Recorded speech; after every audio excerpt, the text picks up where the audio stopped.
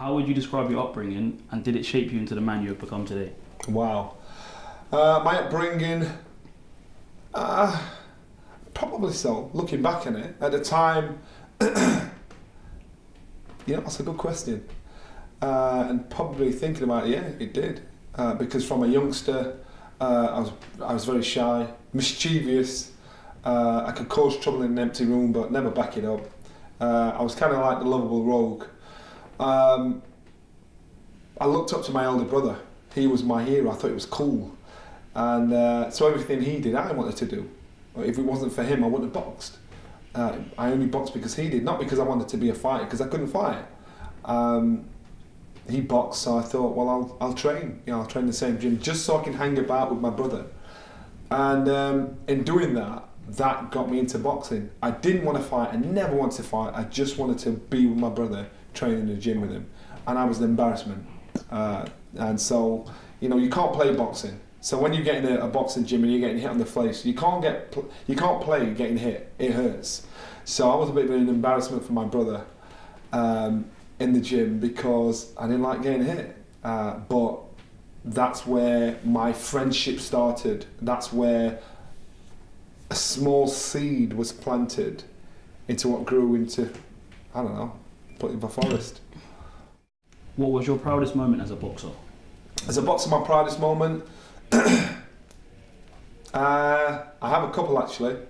The first one was when I won the British title the first time against Andy Strawn in Finsbury Park on the undercard of Nigel Benn against Michael Watson.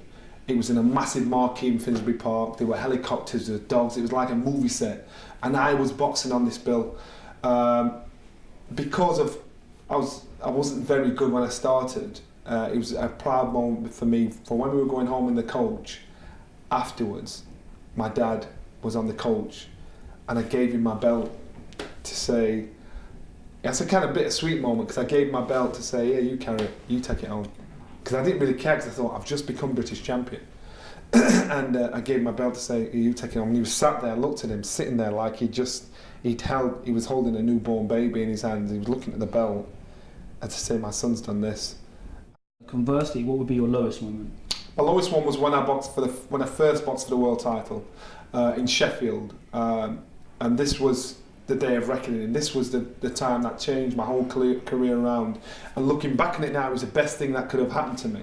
At the time, it was the worst thing that could have happened to me. I would have, if I was a weak man, considered taking my own life. That's how low I got. That's how bad it got. But looking back on it, I wouldn't be the person I was today if that didn't happen. Because in Sheffield, it was Johnny Nelson's boxing for the world title. And it's a big deal, the whole of Sheffield are there, the newspaper there, the national newspapers. When I got out into the hall, all the people from all the soap stars and sports stars were there to watch me. Now, I'm panicking because I'm thinking, God, I'm actually not that good. Not realising all the people I'd beaten gave me the right to be in that position. I just thought they were not that good. Not that I was good. And this was my way of thinking. So I froze. And this guy was world champion. We drew. I was 22 years old. You look at the record, I actually drew, but the fight was terrible. And that's at that time. After that fight, everybody turned against me. Friends, what I thought were friends, associates that I thought was associates, the public. And in boxing, it's different because if you're boxing and you're boxing on TV or it's not like being at a job where if you mess up, your boss just tells you off and it's done. When you're boxing, if 50,000 people see the fight, you got 50,000 bosses telling you how wrong you did. I got hammered, and that's why it put me to a low point. Because if I'd have walked away from boxing at that time, it would have affected every aspect of my life and what I wanted to do. My ambitions, my mental strength, my inner strength, my relationships, and that's why I'm so glad I didn't. Because once I got to the success side of it, I thought success is there. Once you believe in yourself, once you achieve and you push and everybody says you can't do it, it is possible. It's not just words. It doesn't just happen to anybody else. It's possible to happen to anybody, and I'm one of those anybody's. Who was your toughest opponent? My toughest opponent. Well, let me think. I've had a few fights, one or two, but I'm trying to think. The toughest one was a guy called Gomalo Jones. He was a drug cheat, and I knew after the first round, because you know when you hit somebody and you know that it's a good shot, and you know what their energy levels will drop a little bit after the first minute, the second minute, and their energy levels change. I knew when I came back to the ring, back to coming after the first round, he was on drugs. He was long, he was awkward, he was gangly, I couldn't pin him down, I couldn't get a shot. He was pushing me on the back foot, I'd overtrained in preparation for the fight, and I knew nothing was good that day. And so I ended up getting a draw, so keeping my title. But it gives you a great feeling, because if you beat a drug cheat, it tells you no matter what drugs anybody takes, they're still beatable. So it should send a message to the guys out there that are cheating, don't think this makes you a winner. It doesn't, because you can be beaten by somebody that's clean. As a former Cruiserweight World Champion, what are your thoughts on David Haye's comeback? David Haye, I understand that. He's never officially retired.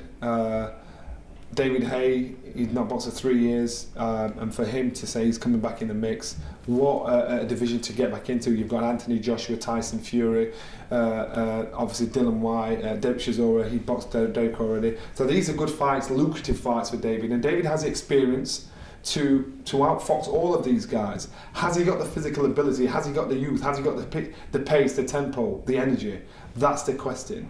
But financially, it can be massively rewarding. And now Klitschko is no longer champion of the world. It gives him a chance to take advantage of a division that is crying out for a dominant champion. After you retired, did you ever consider making a comeback? I considered making a comeback. You got to understand, especially in boxing, it takes you 5 years to get it out of your system. It becomes a drug. You're used to that feeling. Once that's gone, boxing doesn't prepare you to do anything else in life. When I considered coming out of retirement, I did, and it was actually not even a year ago. And I'd been out of the ring 9 years up to that point, and that was for just one fight, not to have a career as a fighter.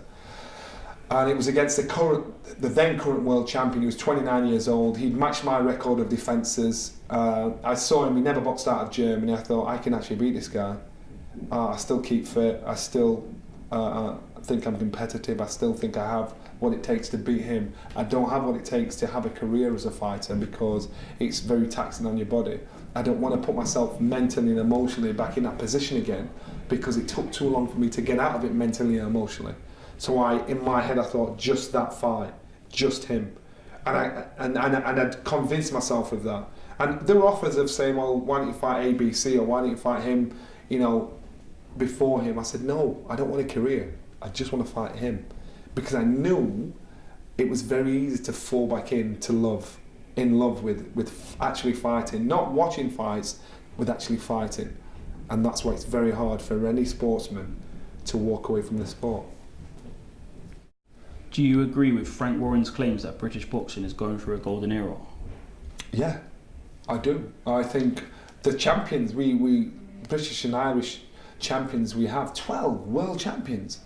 At one point we had, I was one, it was just me. At one point it was just one world champion recorded, and it was just me. At one point we had nothing. So now we're in a dominant position. You talk to fighters from all over the world, and they say British boxing is great because of the fights we're putting on. Fletcher Groves, De Gale. We saw Anthony Joshua against Dylan White. These are fights you think, wow, now Anthony Joshua's boxing Charles Martin for the IBF title. Wow, these are big wow fights. James De Gale becomes world champion. Tyson Fury becomes world champion. We've got Scott Quigg, but they're endless. Yeah, we're in a great time, because now we get it. Now we understand, you know what, this is what it takes.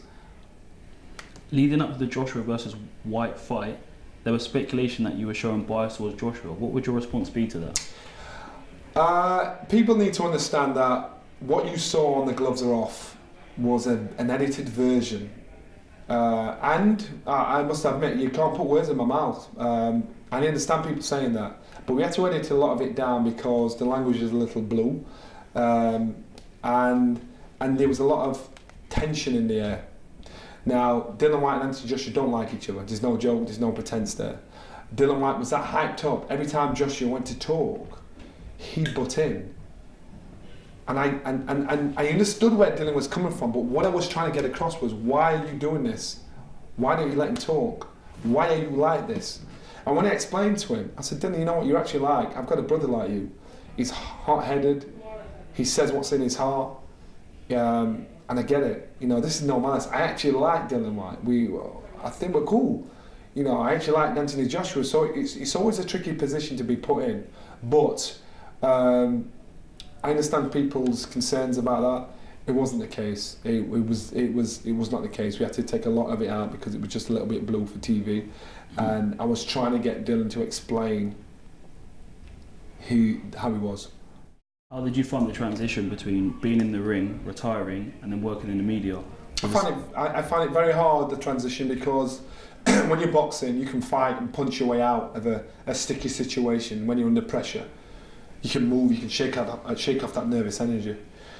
When you've got to sit in front of a camera and you've got millions of people watching you, you've just got to use that, and that's it. There's no way out. You can't fight your way out. You can't knock somebody out and it's done and deal with it. You've got to face it. And I found it a lot harder doing this than actually fighting. And I know it sounds mad because you're thinking you don't get hurt doing this. I prefer to get a physical beating than a mental beating, because a mental beating will last a long, long time. Finally, how do you remain impartial when you have stronger opinions over one fighter than the other? I do struggle, and I will ask the question, but as I said in the first place, I was a great trouble causer at school. So I'll ask the antagonising questions to both fighters. And if I really think that one man's going to beat the other, if I'm asked, I'll say. If I'm not asked, I won't say.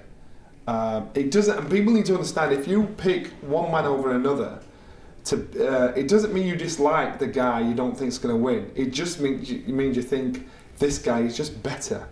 It's not personal, and people take these things personal. This isn't life. It's just a part of life. It's just a job we're doing. But these things aren't personal. You do get opponents that do sometimes take it personal. And when that happens, he's heart beating. You know, and that's what you do. You've got to get into a man's head. You try and apologise afterwards, but it's not usually accepted. But this is part of the game. Thank you. Thanks a lot. Sweet.